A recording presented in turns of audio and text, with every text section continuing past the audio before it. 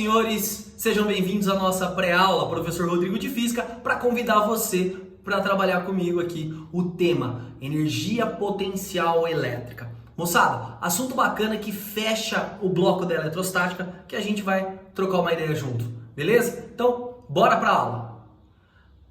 Caralho, velho, olha o meu tamanho, eu tô muito gordo. Senhoras e senhores, na nossa vida, às vezes a gente conta uma história com diferentes versões. E na ciência, essa lógica também pode ser explorada.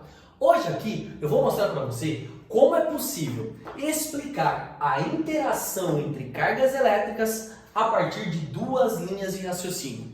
Uma delas, você já conhece, a gente viu, é a linha de raciocínio que se apoia no conceito de força. A outra linha de raciocínio que vem na aula de hoje vai estar apoiada no conceito de energia. Então vamos lá, essa é a lógica da nossa aula de hoje, ok? Bom, então começamos assim.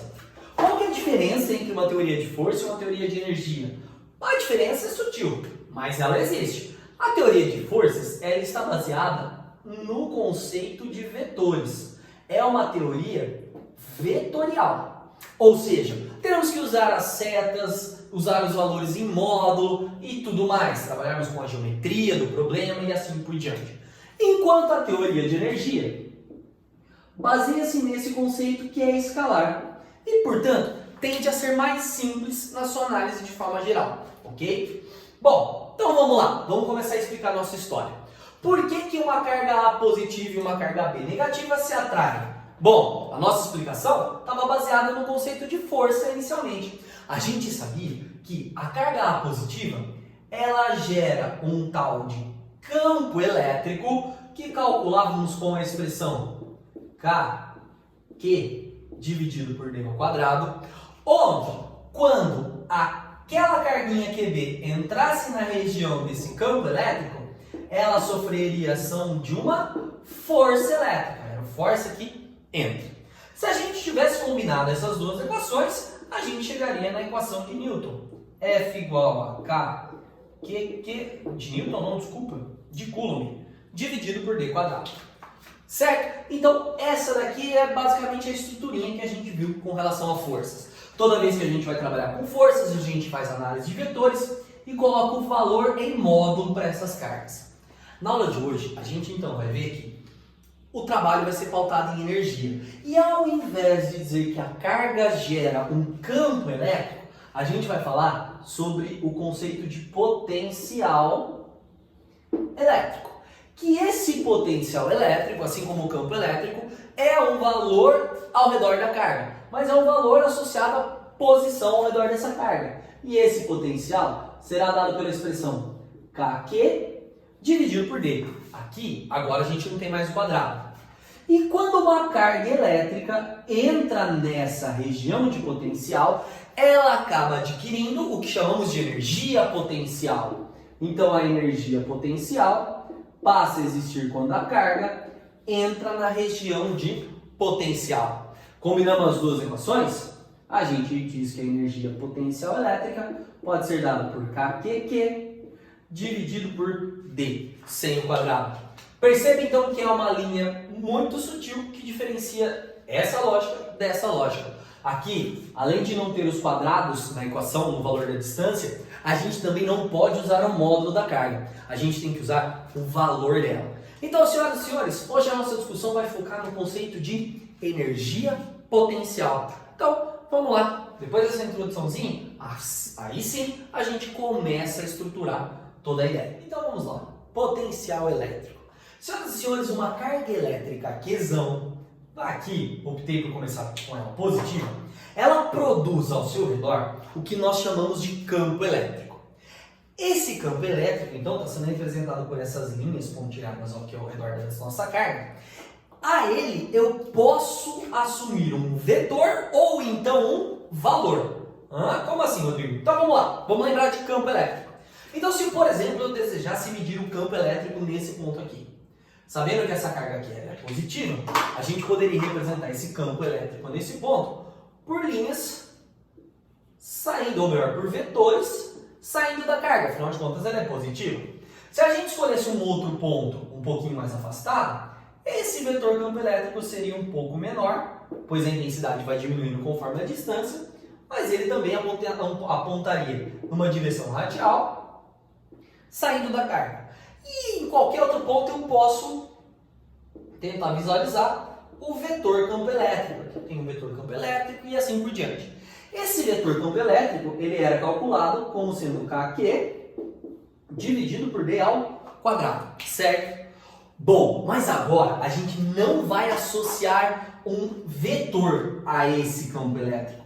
A gente vai associar um valor, um escalar vai ser associado a esse campo elétrico.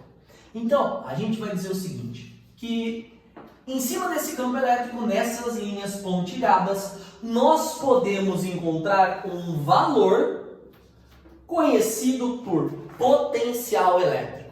Esse potencial elétrico, ele é dado pura e simplesmente pela expressão KQ dividido por D. Então, por exemplo, se eu escolhesse aqui como sendo um ponto A, aqui eu tenho um potencial A. Se eu escolhesse aqui como um ponto B, aqui eu tenho um potencial B. Se eu escolhesse aqui como um ponto C, aqui eu tenho um potencial C. E aqui a gente consegue visualizar a seguinte ideia. Se trocarmos os valores de distância e de carga ali naquela equação, quanto maior for a distância, menor vai ser o valor desse potencial. Então a gente diz que o potencial A, pela carga A estar mais próxima, ele é maior do que o potencial B, que é maior do que o potencial C, certo? Isso em relação a essa distância que eu consigo medir aqui, ó. Beleza? Bom, outro detalhe. Se eu escolhesse um outro ponto, que não fosse esse ponto A, mas se esse ponto fosse exatamente a mesma distância que o A está aqui em qualquer lugar, ou seja, se esse meu ponto A fosse em cima dessa linha pontilhada, ele teria o mesmo valor de potencial. Então a gente diz que em cima do campo elétrico, nessas linhas pontilhadas, nós temos o que chamamos de superfície equipotencial. Então, essa linhazinha pontilhada é uma superfície equipotencial. Isso significa que em todos esses pontos aqui, você tenha o mesmo valor de potencial associado. Então aqui eu tenho uma equipotencial, aqui eu tenho outra equipotencial, aqui por fora eu tenho uma outra equipotencial. Bom, galera, toda vez que você calcula um potencial elétrico, essa medida ela é dada em volts. Então, nós associamos a esse potencial elétrico a unidade de medida volts. Para a carga elétrica, continuamos com Coulomb como unidade de medida, distância ainda em metros, e se for o caso K, normalmente o 9 vezes 10 a nona Newton metro quadrado por Coulomb ao quadrado, ok? Então, senhoras e senhores, esse é o conceito de potencial elétrico. Quando estudamos campo elétrico, ficava fácil de identificar se a carga que produziu o campo elétrico era positiva ou se ela era negativa, quando nós olhávamos para a orientação do campo elétrico. Porém, agora, com o potencial elétrico, isso muda um pouquinho. Afinal de contas, se eu disser para você que aqui eu tenho um potencial A e aqui eu tenho um potencial B, eu não tenho nenhuma diferença em relação a essa daqui, ó. Se eu tenho um potencial A aqui e um potencial B. Para a gente poder identificar a carga fonte de potencial, se ela é positiva ou se ela é negativa, a gente tem que olhar para o valor do potencial. Então o que acontece? Cargas positivas vão gerar valores positivos para potenciais, enquanto cargas negativas vão gerar valores negativos. Ai, como assim, professor? Então imagine que essa carga aqui, no ponto A, ela venha a produzir um potencial de 10 volts.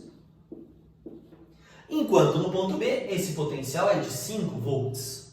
Então o potencial A é maior que o potencial B. Então, potencial positivo, potencial positivo. Se aquela carga fosse exatamente de mesma intensidade que a primeira, só que com sinal de negativo, ao invés de produzir 10 volts aqui no ponto A, ela estaria produzindo menos 10 volts. Enquanto aqui eu tenho menos 5 volts. Então agora, o que a gente visualiza é que o potencial B ele é maior do que o potencial A.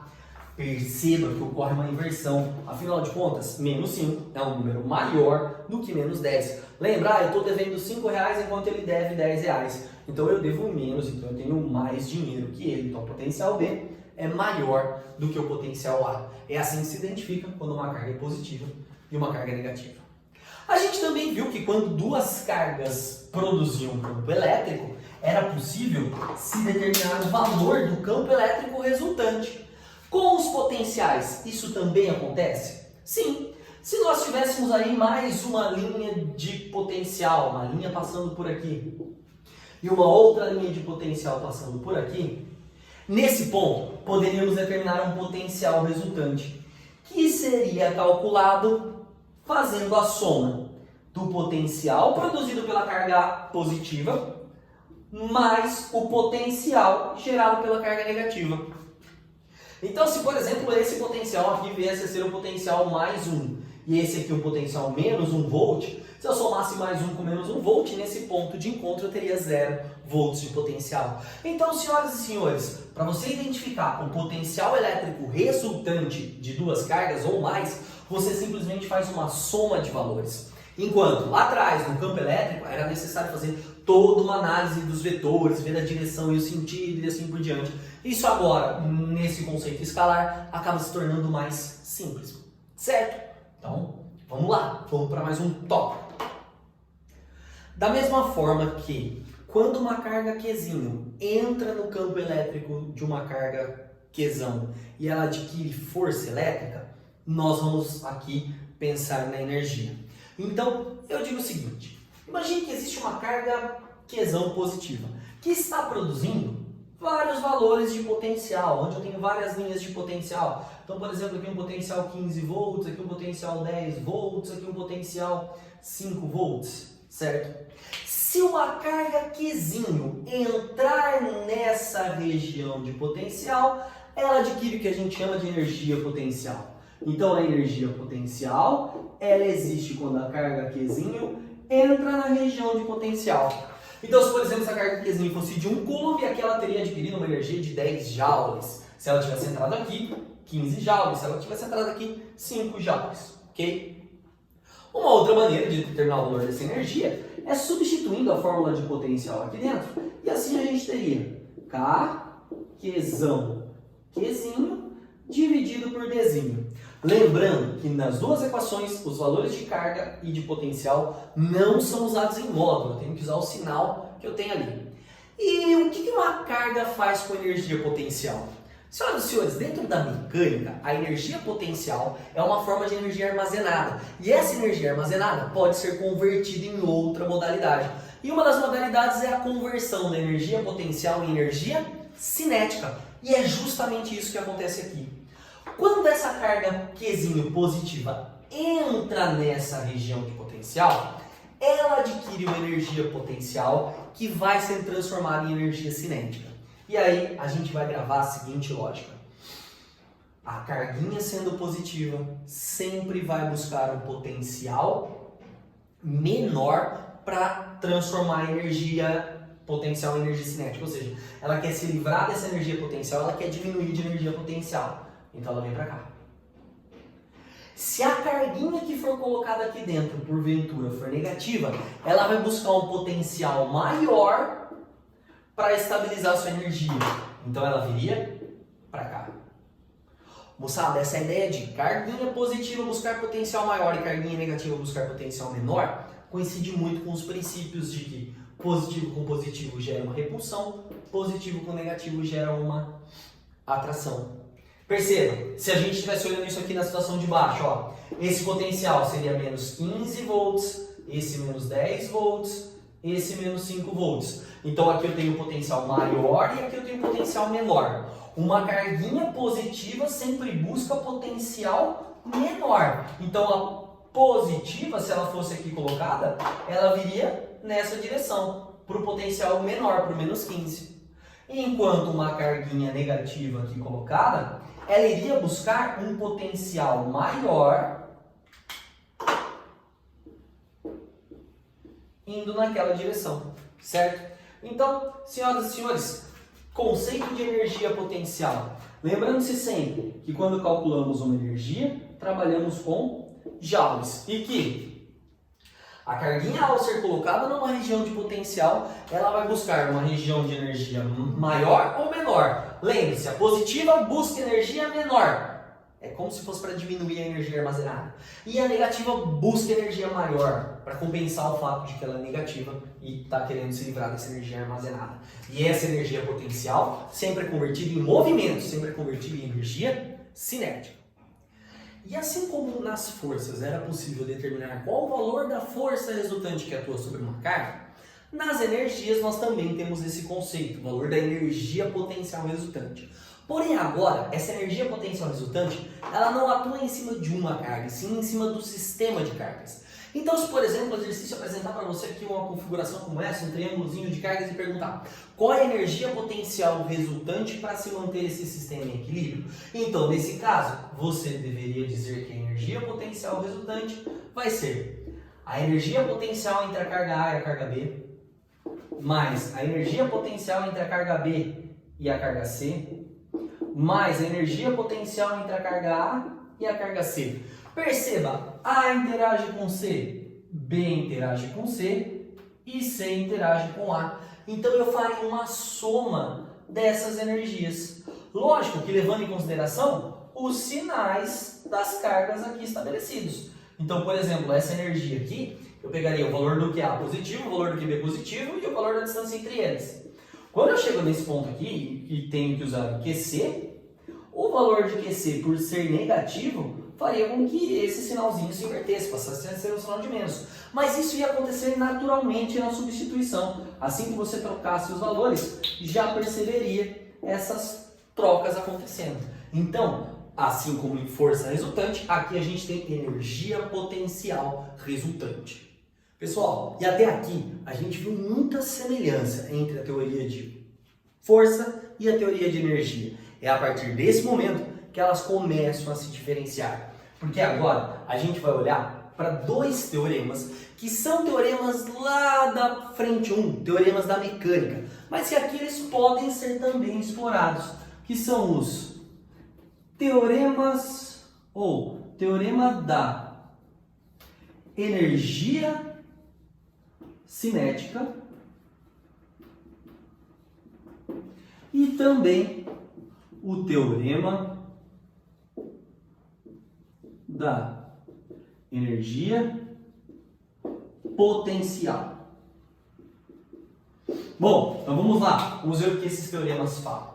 Tanto um quanto o outro, eles têm como embasamento o conceito de trabalho por trás deles. Afinal de contas, o que é o trabalho? Na física, trabalho é uma maneira em que eu consigo transferir a energia do meu corpo para um outro corpo, certo? Então, em física, quando a gente define trabalho, acabamos dizendo que trabalho existe quando uma força é aplicada e essa força gera um deslocamento no corpo, portanto, gera uma mudança na sua velocidade. É aí que entra o teorema da energia cinética. Segundo o teorema da energia cinética, o trabalho gera uma variação de energia cinética. Se esse trabalho for positivo, como assim um trabalho positivo? Se esse trabalho for espontâneo, se a carga ir de livre e espontânea vontade por uma determinada região, a gente diz então que existe um aumento na energia cinética. Agora, se esse trabalho vier a ser negativo, se forçarmos a carga de um local para o outro, existirá uma redução no valor da energia cinética, existirá uma redução de velocidade. Então deixa eu explorar isso melhor com você. Imagine que a carga Qzão é uma carga fonte e ela venha a ser uma carga positiva. E que existem aqui 1, 2, 3 valores de potencial elétrico. Se eu soltar uma carga Qzinho aqui, essa carga Qzinho ela vai se movimentar. É natural, como a gente viu ali atrás, que a carga Qzinho ela seja levada para essa região, a região de potencial menor. Lembre-se que se eu tiver potenciais aqui A, B, C, esses potenciais seriam o A maior e o C menor. Então isso é espontâneo. O que aconteceria? Eu solto ela, ela vai. Consequentemente, foi um trabalho positivo. Vai aumentar a velocidade dessa carga. Ela vai ter um aumento de velocidade, portanto uma maior energia cinética. Agora, e se eu forçosamente decidir arrastar essa carguinha positiva para essa direção aqui. Aí, nesse caso, o meu trabalho executado não vai mais ser positivo. Ele passará a ser um trabalho negativo. Então, ó, aqui em cima, o trabalho é positivo, é espontâneo. Aqui, para arrastar ela nessa direção, o trabalho é negativo. Existe um desgaste, é um trabalho forçado. Então, se eu lascasse essa carguinha nessa direção, naturalmente ela perderia velocidade, diminuiria a energia cinética. Ela está sendo freada, porque positivo com positivo gera entre si uma repulsão. Então, galera, esse é o teorema da energia cinética, ok? Bom, teorema da energia potencial. Segundo o teorema da energia potencial, o trabalho, ele gera uma variação da energia potencial. Mas aqui a coisa muda um pouquinho.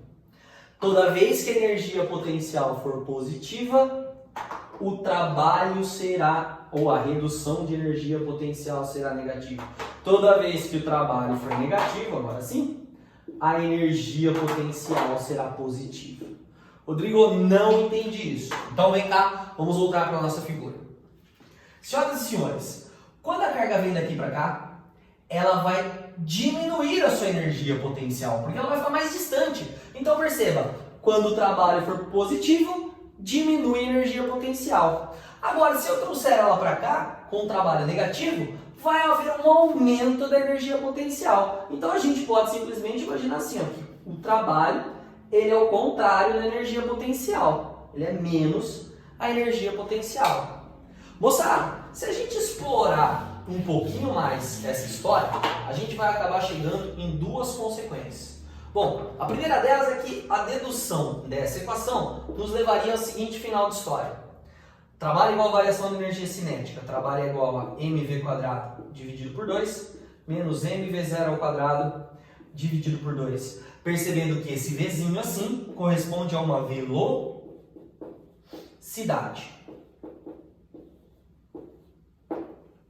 Enquanto aqui, no caso do potencial, se o trabalho ele é menos a variação da energia potencial, eu terei energia potencial do fim, Q vezes V, menos a energia potencial do começo, Q vezes V0.